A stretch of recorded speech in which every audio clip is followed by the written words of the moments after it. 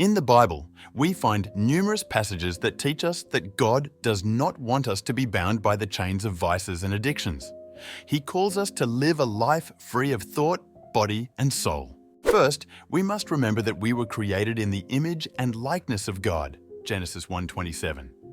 This means that we have a divine purpose and that our true identity lies in being children of God. However, vices and addictions distort our perception of ourselves and distance us from our true nature. The Bible warns us about the dangers of vices and addictions. In 1 Corinthians 6:12, the Apostle Paul tells us, "All things are lawful for me, but not all things are helpful.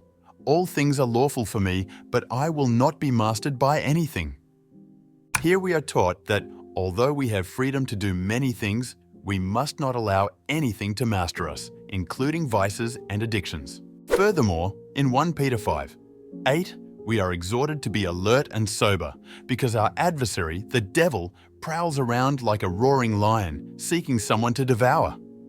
Vices and addictions are open doors for the enemy to find fertile ground in our lives and enslave us. However, the good news is that God offers us a way out of these chains. In 2 Corinthians 5:17, we are told, "Therefore, if anyone is in Christ, he is a new creation. Old things have passed away. Behold, all things have become new." When we give our lives to Jesus and submit to His Lordship, we can experience a complete transformation. God gives us the ability to break away from vices and addictions and live in freedom.